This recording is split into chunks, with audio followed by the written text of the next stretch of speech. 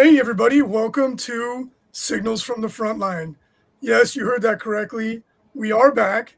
And in the fine tradition of Frontline Gaming's podcast, we're coming at you low tech and all over the place. That's because we're all in different locations, but we're stoked to be back. And I am currently broadcasting from lovely Clovis, California. So if you see the fine decorations behind me, that is my grandma and grandpa's family pictures, some going all the way back to 1960. So it's going to be fun. It's going to add a little ambiance for this one. But thank you so much for joining us. We're happy to be back. My name is Reece. And with me, the one and only, the world's greatest, Frankie, Papa of the GM Papa. How you doing, That's buddy? right. Good to see you, buddy. Happy to be back. And just for all the viewers and listeners out there, that picture from the 1960s was when Reece was born. So I'm in that picture. yeah, it's baby Reece. Yeah. And then with us also, a new co-host, and this is Jake. Jake doesn't have a nickname yet, but you'll have to help us out with that. We've got a lot of history, obviously, with Frankie and I, so there's lots of nicknames, none of which are very flattering, but I'm sure we'll come up with some for Jake as we go. How you doing, Jake?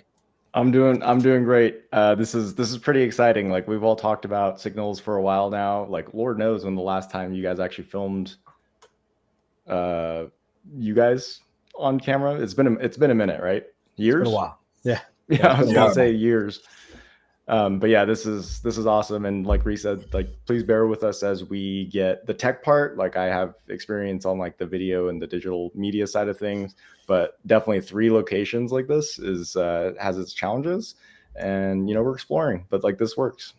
So far so good. I just have double audio. I'm gonna live with it in my ear. Actually, like, yeah, if anybody that has experience with like Video Ninja, drop it in the comments. How do I get rid of double audio between Streamlabs and a browser source? Yeah, it's this first episode is going to be a little bit of a working out the kinks, so bear with us. I'm on a laptop, and when I'm home, obviously I have a full studio set up, and we'll get all the details or the kinks worked out. But Frontline Gaming, Signals from the Frontline, quick crash course for those of you who aren't familiar. We recorded the first episode in 2011 on a laptop with a $5 microphone in OG Frontline Gaming, where the bus would come by every, 15 minutes, Frankie, 20 minutes. And it was super loud. We moved to San Diego, and then we were recording in a studio, but then they were renovating the building next to us. So there was the guy that would come and bang on the pipe. Somehow, he must have been listening to the show, because he would always come, start whacking the pipe right when we were recording. It drove me mental. So we have a long and illustrious history of not having things go perfectly correct, but I like to think we always had good content. And we'll smooth this out as we go, but we just were really excited to get back on the horse and start talking to the community again. We just decided for this episode that we were going to just kind of do a recap of where we've been, what we've been up to, what's going on with Frontline Gaming, and kind of lay the groundwork for where we're going to go with this show so that you know what to expect in the future.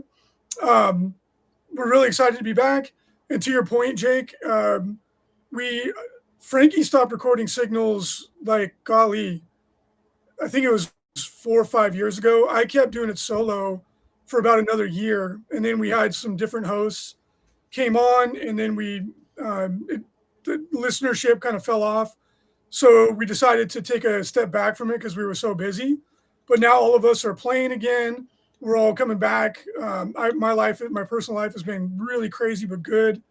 And we're really excited to be back. So, Frankie, why don't you give us an update on what's going on with Frontline Gaming? Because there's been a ton of change, a lot of positive stuff going on, but we've been really, really busy with business. So why don't you bring us up to date on how things have been, where we're at since we basically kind of stopped recording.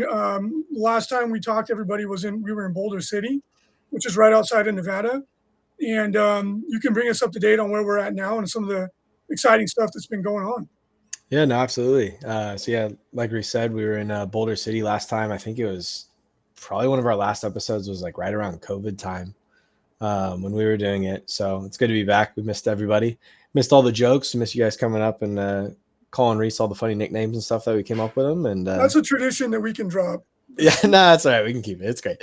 So since then we've actually moved out to Vegas proper. So we're about 10 minutes from the airport, into a larger facility. It's one of the nicer facilities that Frontline's been in. You know, it's as anybody that's followed us for a long time, if you've seen all of the different shops that we've been in, if you come to the new one, you're gonna be like, oh wow, okay. It's kind of like a real store. So yeah, we have got a really nice storefront, open Thursday through Sunday. It's ran by our store manager, Jet. Super nice that guy, in a metal band. So he's got some cool stories. He's also a Dark Angels player, so that's always fun. And then obviously you guys, most of you probably follow all of our tournaments. So we've expanded a lot of tournaments, changed some dates on some things. So a lot going on there. New product lines, a lot of new terrain sets, mats and such that we've been releasing, plus accessories to go along with miniature wargaming, you know, like dice trays, tape measures, laser lines. I think Jake actually has a new laser line that's coming out pretty soon. So that'll be exciting for everybody to keep their eyes on. So yeah, a lot of good stuff going. We've got a lot of new projects that we're kicking off for the community as well, like tournament support. We've got to sign up for it. We'll put it into the notes. So if you're a tournament organizer and you're listening to this, make sure to sign up for that. We'll be sending you guys a ton of tournament support towards the end of this year, and then also all through next year. We want to do a lot of support for all the tournaments, just like we used to back in the day.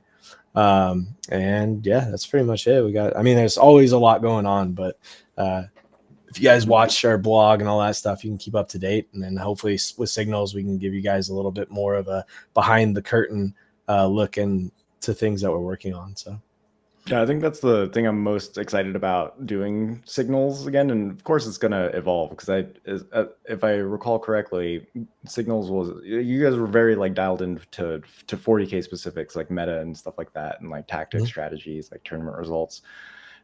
So granted, like the company's evolved since, over the course of 15 years. Yeah. Over the course of 15 years. So naturally it would make sense the show evolves to a degree. And like a lot of people really are interested in what we're doing, as a company. Like this has come up quite frequently, that Frontline is in like a much larger perspective or scale wise. Because like a lot of people, even myself included, from back in the day, like when I saw my first or attended my first Frontline event, is like, wow, these guys must be like huge, because you just like look at the venue, but that's obviously like not the company itself. It's just like a rented venue type of thing. But the optics of like how awesome specifically like events are on that scale, I think it's more of, I definitely take it like as a compliment towards us, where it's like, wow, you guys must have like a massive team to like run even like these 600 500 person tournaments. But that's why we get this question asked so much, like, oh, what are you guys up to? Like, what do you guys do at the office all day? You just play games? It'd be nice. Yeah, That'd be dude. nice. That'd be nice. I can't tell you how many times people thought, like, oh, you guys have the coolest job. You just play 40K all day. I was like, I play less 40K since we started Frontline Gaming than before. Like, it's work, man. And the company, and also, by the way, this is Jake, our new co-host, and Jake's running events, does a lot of other things. But yeah, the company's way smaller than people think it is. That's always been the case. Like when people would come to visit Frontline Gaming back when we were in the Bay Area, it was always this look of like disappointment when they walk in. Like, this is it. Like, yeah, man, this is it. We do a lot with a little. Yeah. But the store now has a full-on gaming space. So if you're in Vegas, come in and play. We've always had a gaming space, but it's always been like 1 or 2 tables because we were always busy making stuff and whatnot. Now it's a full-on dedicated gaming space. So come check it out. But before we go off too much in the weeds, Jake, why don't you tell everybody a little bit about yourself, what you do at Frontline, and a little bit about your background so they can get to know you better. No, definitely. It's so I'm the new kid on the block is kind of how I sum it up in a nutshell. But very grateful and fortunate to be invited into this awesome thing that you guys built. I obviously take a very active role for our day-to-days. As of recent, a big focus on the improvement and the operation of our events segment of business. But overall, it's kind of like just doing whatever. But if like So Reece, you had the Eldar caricature for signals. Me being a longtime Eldar player, actually like an actual longtime Eldar player. So we didn't want to have like two Eldars, right? So it was funny when Frankie was asking me, he's like, well, what other character do you want to be? He's like, you play Grey Knights and stuff too. I was like, dude, how about Custodes? Because I actually love my Custodes army, but I was like, the Emperor's janitors, that resonated with me. So like, what do I primarily do on a day-to-day? It's like I kind of clean shit up. That's the best way I can describe it. Just cleaning up after things, keeping the house clean. But I joke about it. But yeah, it's kind of like a lot. We all three of us like split the load of Frontline quite heavily, with so many different like projects and things that we work with. So it's really hard to say like, any of us, what is your one day to day, right? Like it's just a whole bunch of stuff. So that's the way I perceive what I do here at Frontline with just extra steps. Yeah. And to Jake's point, we got the art redone. So it's a homage to the original art of Signals from the Frontline. So Reece is again an old Eldar guy. And then I'm a less chonky Nurgle guy. So we had to clean that one up, and I'm gonna have them like overlaid here, but yeah. So we'll go ahead and just make sure to check that out on the blog or wherever it's posted. So yeah, and thanks to Goat Boy as always for putting the art together. It's funny. He just shared on Facebook. He's like, we've been friends for 14 years or whatever, and he posted the original Eldar art, and I was like, man, that's apropos, right? Like that you had that pop up. And it's funny because like it's the same art, same army.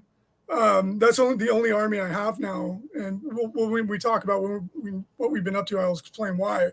So yeah, I was like, Jake, I still got to be the Eldar guy because it's the same exact army, same blue and white and purple paint scheme. But yeah, it's funny to see like things so much change and then some things stay the same. And Jake has a background in running conventions. Has actually owned multiple businesses, so he brings a lot to the table. Really good painter, really good 40K player, and of course we're going to be talking a lot about 40K as well. Talking about what's going on in the meta, the drama mean, keeping up to date with what's going on, in addition to what's going on at the company. So yeah, it's going to be a return to form. With Frankie and I saying stupid stuff, Jake trying to class the joint up a little bit, elevate us from the gutter where we normally like to hang out. So then, guys, why don't we talk about what we've been up to, what we've been up to in the past few years? Because we haven't done a Signals episode. I think it's been a while. Gosh, it's been a minute, right? Yeah. So I think you're perfectly suited to start, Reece, because you were in the forefront a whole bunch from like early on in FLG days to up until pretty much like 2019, give or take, maybe 2018. Yeah, and all of our... so your name comes up a lot. So it's like, oh, what's Reece been up to? How's Reece doing? Yeah, I've heard so many different stories, versions, by the way. I got random people thinking that like I got rich and I'm like gallivanting around. I was like, God, I wish that was true. So sadly, I hate to disappoint everybody. That's not the case, but so as the guys like to joke, I'm the oldest person on the team. There's only one other person in the company. I think there's two guys that are just a little bit older than me. Don't play it off. You're the oldest. I thought Pascal's a year or two older than me. No. Oh, you're the oldest. No? Don't try to convince everybody on this podcast that you're not the oldest. Yeah. Well, that's why I play Eldar, dude. We're like 2,000 years old.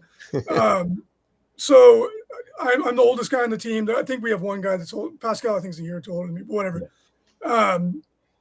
I was starting to get up there a little bit, and I still hadn't gotten married. I still hadn't had a family, and those are things that are really important to me. And I started to like freak out a little bit. I was like having a little bit of a crisis, and I met the woman who is now my wife, and in just a little over 3 years, met Brenda, who is my wife, courted her, got married, moved in together. I'll explain why. We live in Puerto Rico now, and we got a baby coming in less than 2 months, and that's been 3 years and change. So that's what I've been doing. And the irony of it, the funny part is that I was on Cruise Hammer, which is a Warhammer tournament on a cruise ship.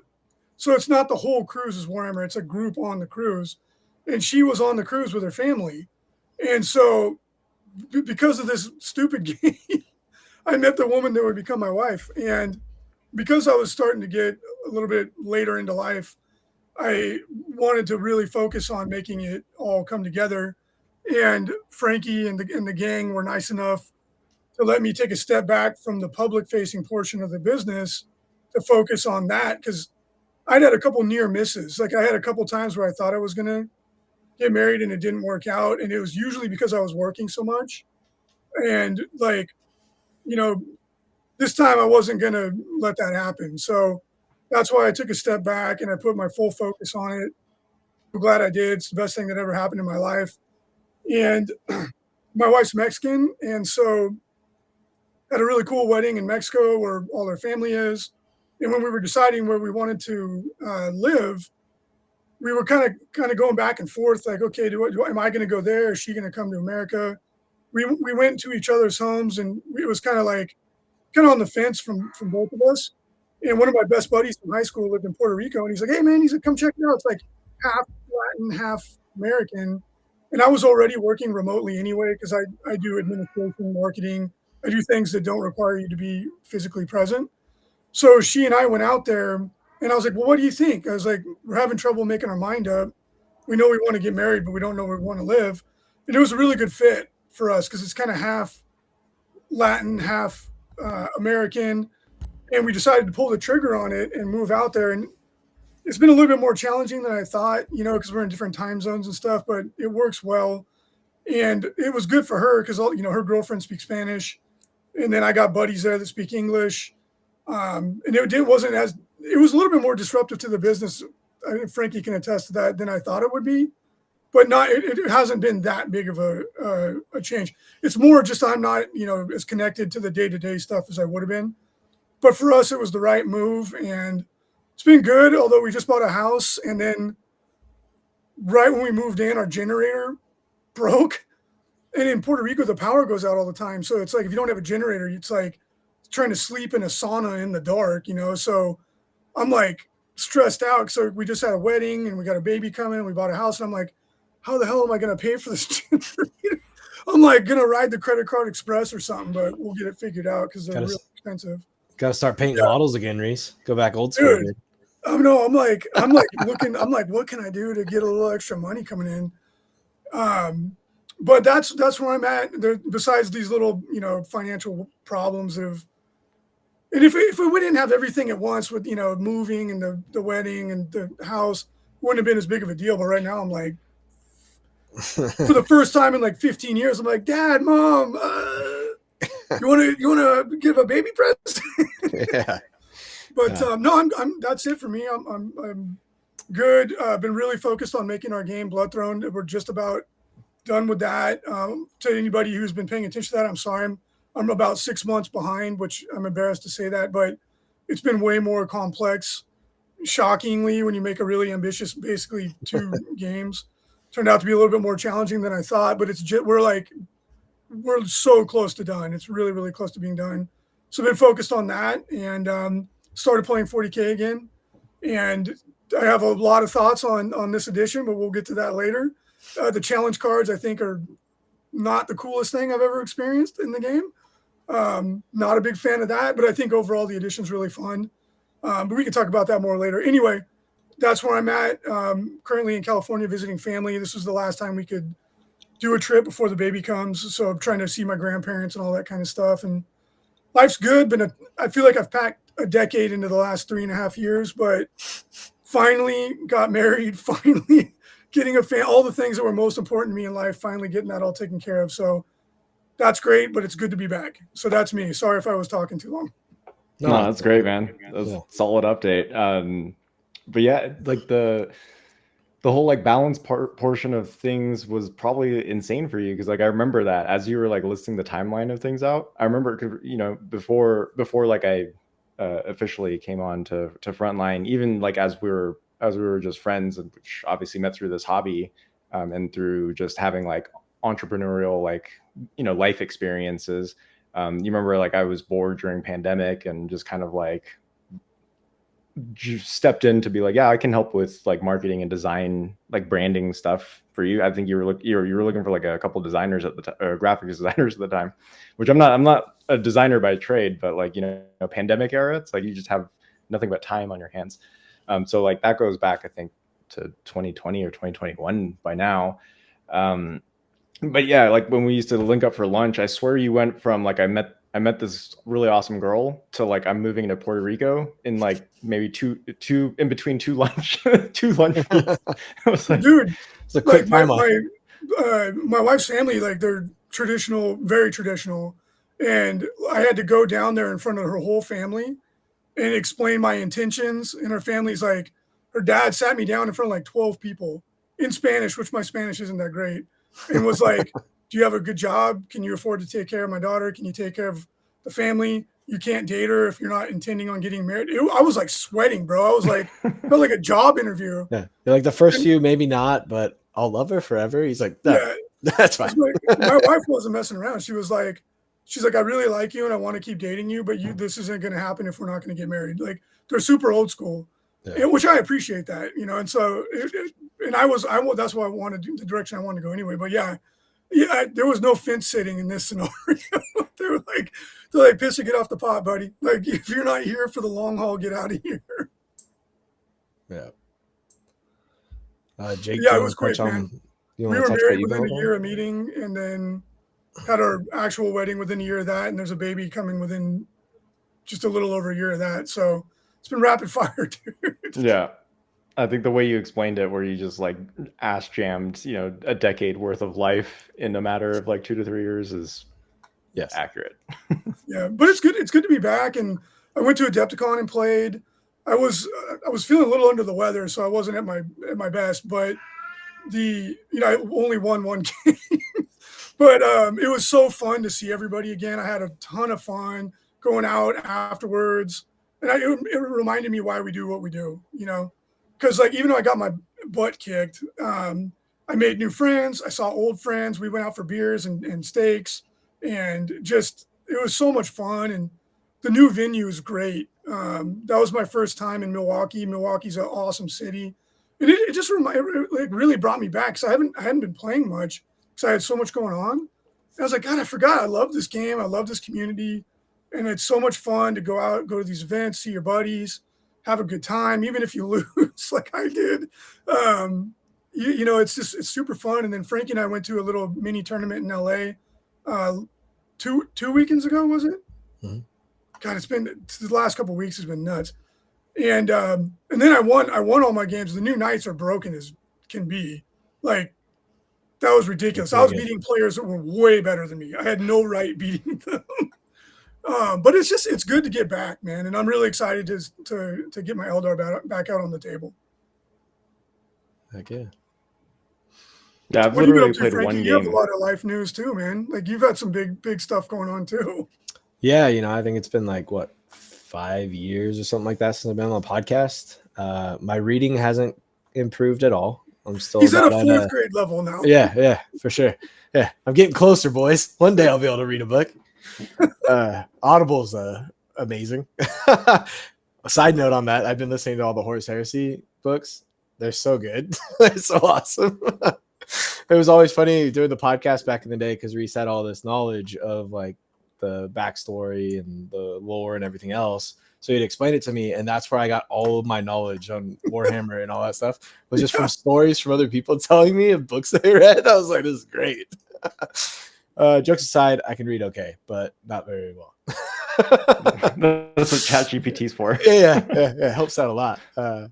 So anyways, I got married as well. So I got married to a lovely lady named Andrea, and she actually works at Frontline as well.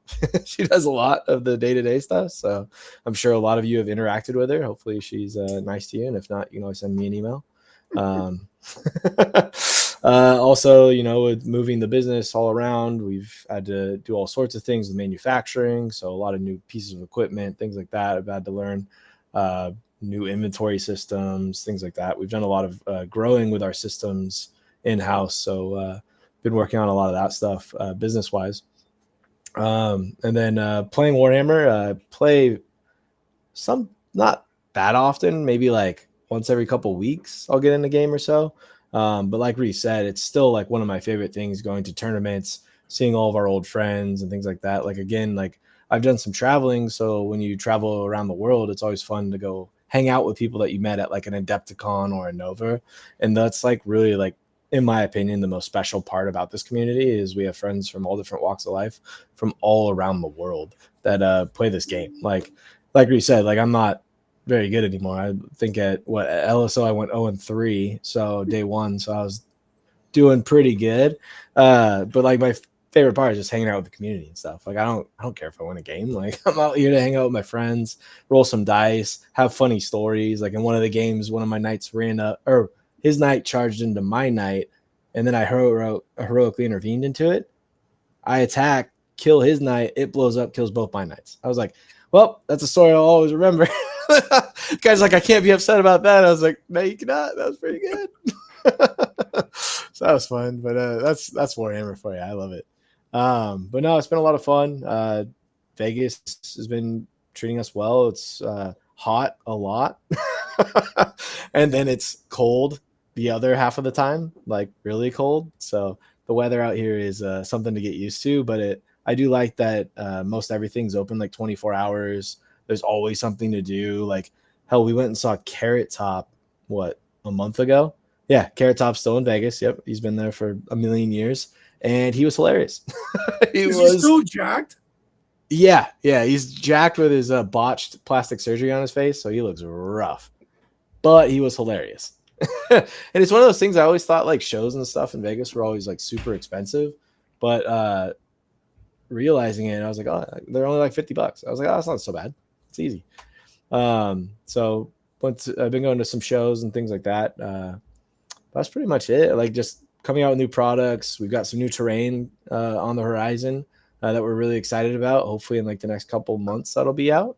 Again, like I was saying before, sign up if you're a TO to that program down in the notes, because we want to be promoting our stuff and putting our stuff into your hands so you can give it out to the players too. So that's pretty much it for me.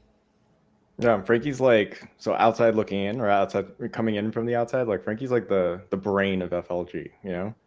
Like Reece and I are just the stand there and look pretty. I'm not that good at that anymore. All that. No, Frankie's We're not that pretty. You got it. Frankie's definitely the man.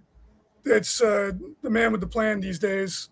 It's funny because when we started, Frankie didn't know how to do anything, well, except shipping. He was really good at that, and he worked his ass off. But he didn't know how to do any of this stuff. And I was the one that had more experience because I was older. And then, like, as time has gone by, it's kind of like roles have shifted. And Frankie's definitely he's at the helm of the ship. And yeah, I'm more of like the old dude, like, oh, are you sure you're doing that right? And then everyone's like, oh, okay, bud. No, not quite that bad. But yeah, it's funny how things have evolved. We've been in business for 14 years. So it's been a long, I forget, like, time flies, man. Like sometimes I sit here and I'm like, have we really been doing this for 14 flipping years? So it's wild. And Jake came in with a ton of experience, having been an entrepreneur himself. You ran one of the biggest, you ran a really big convention of your own. You had a bar. You've done a number of things. So it's, Frontline's definitely leveled up in terms of professionalism, skill, but we always feel like we don't have enough people. We don't have enough money, don't have enough time. Sure. It's like, even though it's gotten so much bigger than we started, it still feels like every day is a new challenge, new fire to put out, It's such a true thing. So yeah, just a little context about my background too, and how I was coming into this. I came in from being self-employed also. I think pretty close to the 15-year mark myself. It was 2000, I think. Yeah, it was like 2010. So it's been a journey, but like a big chunk of my background was in the tobacco industry. So like in the flavoring side of things, and it's a very different world. Every industry has like different nuances to it. But like for the most part, like I've always had just like a more like professional background and like, you know, call it corporate or like structured and stuff. But I've like always obviously like been intrigued about the gaming industry in general, like kind of doing that, like, hey, what if you actually worked in a space where it was your personal hobby? Granted, it's like a one-way street. My wife gives me shit about this all the time. It's like anything that I get obsessed with or like super interested in, it's like you end up kind of like killing your hobby to a degree because you mix it. But truthfully, like that's what keeps me, like someone like me, going. And I think a lot of people that I interact within our gaming space shares that sentiment, where it's like I do so well in this because I love it so much. You know, like especially like other event runners and stuff. It's like how crazy are you to want to, you know, like walk around for 12, 14 hours a day to like host these like fun tournaments and stuff. You have to like it in order to do it, in my opinion. But that's, you know, that's definitely like one of the things. So and not even directly related to anything in particular, but I've definitely fallen victim of just having too much to do. So then playing a game gets deprioritized. Like saying it out loud the other day, where it's like I played one game in 2025. It was actually with Frankie too. When my custodes actually wait, who was it? Fulgrim. One unit of custodes like took out Fulgrim. It was like, what the fuck? Anyways, like it was super fun, but you know, not having the bandwidth for it. And the older you get, the more shit you do. Like you deprioritize things, right? There's like that hierarchy of like, you know, wife, kid, family, work, business, this, that, and then it's too easy to fall into the trap of like not getting to play and stuff. So, you know, word to the wise, especially for the youngins. The older you get, the harder it gets, for sure. Yeah, it really does. And I'm sure there's a lot of people listening that are 30s, 40s, 50s that understand what we're saying. But for me personally, I'm really excited to play again. Like I've been amped. Like I've been building lists in the app and like asking questions to all my friends, like, what about this? What about that unit? And I'm trying to get myself back up to speed. And 10th, you know, when I started playing 10th at first, I didn't like it because everything dies so freaking like it almost feels like you're playing like chess, where it's like, oh, I'm going to put this unit out to take your unit, and then it's going to be traded for another unit, and I want to trade my pawn for your rook. And it's just like things die so freaking quick. It took me a while to get my head wrapped around that. You know, like at first I was like, I don't know if I'm into this. And the thing that really tripped me up was having to hold the objective for a turn. Like you have to sit there with your wing in the breeze for a turn and hope you don't get blown away. So that really took me some time to adjust to like how do you have to plan, like you have to think ahead of turn, like, okay, how can I secure this objective, leave a unit here, trade up on this one. But now that I've gotten used to it, I got to say I do enjoy it. I do like it quite a bit. I think the missions are a little overly complicated personally. Like I don't think they need to be as complex as they are. And the challenger cards are just dumb. Like I hope this is a blip on the radar, because like it's like you get punished for winning. Like it's just like I understand the concept. Like okay, yeah, it'll keep the other person engaged, but in practice, it's just like not. I don't know. A 2 thumbs down for me. Do not recommend.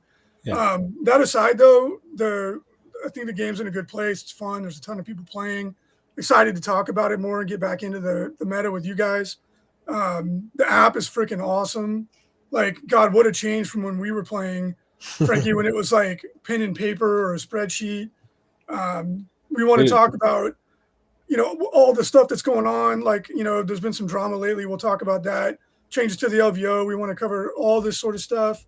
Dive in. With this episode, we really wanted to just kind of like bring everybody up to speed and let you know we're excited to play again, excited to get back involved again and talk to everybody and see what's going on. So yeah, I'm pumped. Like, what are your guys' thoughts on 10th? How do you feel about it with us just getting back into playing on a regular basis? Yeah, I mean, I think you hit the nail on the head, right? There's more people playing Warhammer, so can't really argue that, you know, it's not good or anything like that. It's just different than some of the other editions. But, you know, they've added in rules because of how lethal it is. So you have like things like sticky objectives, which is what everybody calls it. to where your unit's able to hold the objective even when they're away from it. So I do enjoy it. I've played more armies in 10th than I have ever played before. I don't. So it's just like every army has like some fun like characteristics to it. So it's been fun to play them throughout the edition.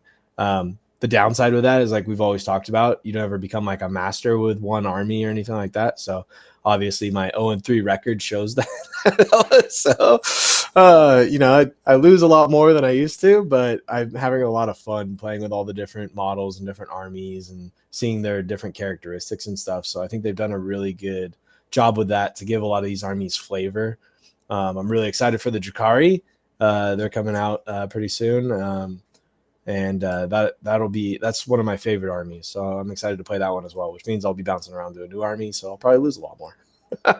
But yeah, I agree. I think most of the community is in agreement that challenger cards are not necessarily something that everybody wants. So hopefully they make a change with that. But again, I don't think it's like horrible for the game. I just don't think it's necessarily the interaction that most people want. They should set that part of the book on fire and forget it ever. So yes, that's how I feel about 10th. I think it's fun. Yeah, I also started off not being the biggest fan. You know, like I adjust to change better than I give myself credit for sometimes. But like fundamentally, like I got past like the fact that it was different. But like early on, because I was coming off of really enjoying my Yunari soup towards the end of 9th edition, where I had like, you know, two units of like Harlequins that just flew into melee with an incarn that's bouncing all around. Like I'm very much about like close combat and stuff. And like early on, that was probably like one of the biggest adjustments where it's like, oh, okay, so just play shooting. Like everything's going to be like shooting again, back to shooting again. But then naturally, like I was staying faction focused to my Eldar, or just Eldar in general. Because I've like, man, even like Dark Harlequins, if you guys remember Dark Harlequins in 9th, that was like my favorite. Everybody was playing like Light and Twilight, and I was just the psycho running around, you know, fighting on death and shit. And I had a blast with that. And then I felt like that flavor or that playstyle kind of went away. I was like originally I thought the whole power level thing that is 10th edition now was wonky, but I appreciate not having to sit there and like dissect, you know, where can I spend 2 points, or like where do I need to shave 3 points, like, you know. And I think stuff like that has made 10th edition for 40K like super accessible to newcomers. Yeah, it's just seeing it on the ground. Like, been. yeah, we've talked about like how much of an increase there are to like new, like first time tournament attendees, or like first time 40Kers. There was a father son that I met at Lone Star in Dallas, and he was saying that they just kind of got started playing, but they live in like a little bit more of a less crowded town, and the first 2 and only events that they ever participated, like Warhammer events, we're not even talking like including like RTTs and stores or like whatever, was Cherokee Open and Lone Star Open. Oh wow! I'm like, holy shit! Those are big ones to jump into. Yeah. Lone Star was a banger this year. We had over 340K players. Yeah, it was 307, 600 or over 600 in the hall entirely. So it was just, you know, like it's a lot of energy happening. It's a lot of stuff happening compared to, I don't know, like a 12-person local store event. And Cherokee was up there too. It's like 250, 260. Yeah, for the 40K side of things. Killer. If anybody hasn't had a chance to check those out, those are killer events. Like I wanted to play in Lone Star this year, but I had some baby stuff that I just couldn't do it. And we were in the middle of trying to get the house too. So yeah, man, that's cool to jump in the deep end of the pool like that with your kid. Yeah. If I live long enough, I'll do that with my kid. Because we got a boy coming. I gotta make it. That's asking a lot. That's asking a lot. Yeah, a walker coming. Yeah, dude, I gotta just eat more vegetables and do more sit-ups. But yeah, I can't wait for that moment, dude, to be able to play 40K with the kid, assuming that they're interested in it, which I hope they are. But Yeah, that was always an interesting thing too. Like even for me, my kid is 11 now. Um, I never like really like forced or imposed any kind of like hobby or interest. Like it's wild to see. Like you would think like, you know, your kid, your son or daughter growing up in the same household as you, like naturally they gravitate towards like similar interests. Um, it's just probably because like it's an internet generation where it's like it's so easy to like access whatever interest it is just from your tablet or from your screen. But I've never like forced the whole like Warhammer thing on him. Like he's genuinely interested, but he's been more about the stance of like, you know, maybe when I'm a little bit older when it comes specifically to this. So Yeah, he's it'd probably be into like interesting to see. Roblox and Minecraft and because all my little nieces and nephews, they're obsessed with Roblox. Like that seems to be the hot thing with the kids. But you know what I found like teaching, because back when Frankie and I were in the front and the back of the shop, and we would teach kids how to play because we've taught so many kids how to play. 12 is the magic age when they get it. Like really smart kids can do it at 10, but that for normal, like 12 is when they can actually get it and they can understand the rules and all that sort of stuff. So I think Yeah, you're there's so probably many right there. layers But to tabletop gaming, you know? yeah, because when they're younger than that, they just kind of make stuff up. They're still having fun. Like what, who cares? They're enjoying it. But then what I found is that right around like 12 years old, they'll actually start really playing the game, like for Yeah. real. And then Yeah. once you become a teenager, you can get in there and compete and do it at an adult level. But that's exciting, man. Like that's got to be cool. Is your kid expressing the interest in a faction or anything like that, or is it still off on the horizon? Yeah. It's not even like remotely a level of interest for him. He's super on Pokemon TCGs. Uh, It's so like the interests go up and down as far as like what the latest obsession is. But yeah, Pokemon TCG like we had a lot of fun with. I had never like grown up playing card games. I'm actually like this. I say this. I self-proclaim myself as like one of the worst Asians ever. Like just like my by population, they should be disappointed. Like I didn't really grow up on anime. I didn't grow up on like Pokemon. Um, I'll just stop before I say more things to offend my generation. But like he got into it so much, and I wasn't like playing a lot of Warhammer at the time either. And it was like really like scratching the itch of like competitive because like that particular game, it was like the first time we were playing a game that wasn't like hi ho cherry ho or like some yeah, like mine, you know, like it was an actual like interesting game that we got to play when he hit the, I think he might have been like 9 or so when we learned. But I recognized so quickly that Pokemon TCG, because I would never play like Magic or anything either. It was a really easy barrier of entry to learn, but it was difficult to master, but it was just as competitive, you know? So like it was easy enough for me to just absorb it from him. And then even like uh didn't we we played a couple games just to like learn the concept of the game at the office with Frankie and Leo because we were working on something, so we are doing some research and stuff. But yeah, it's super easy to like learn and stuff.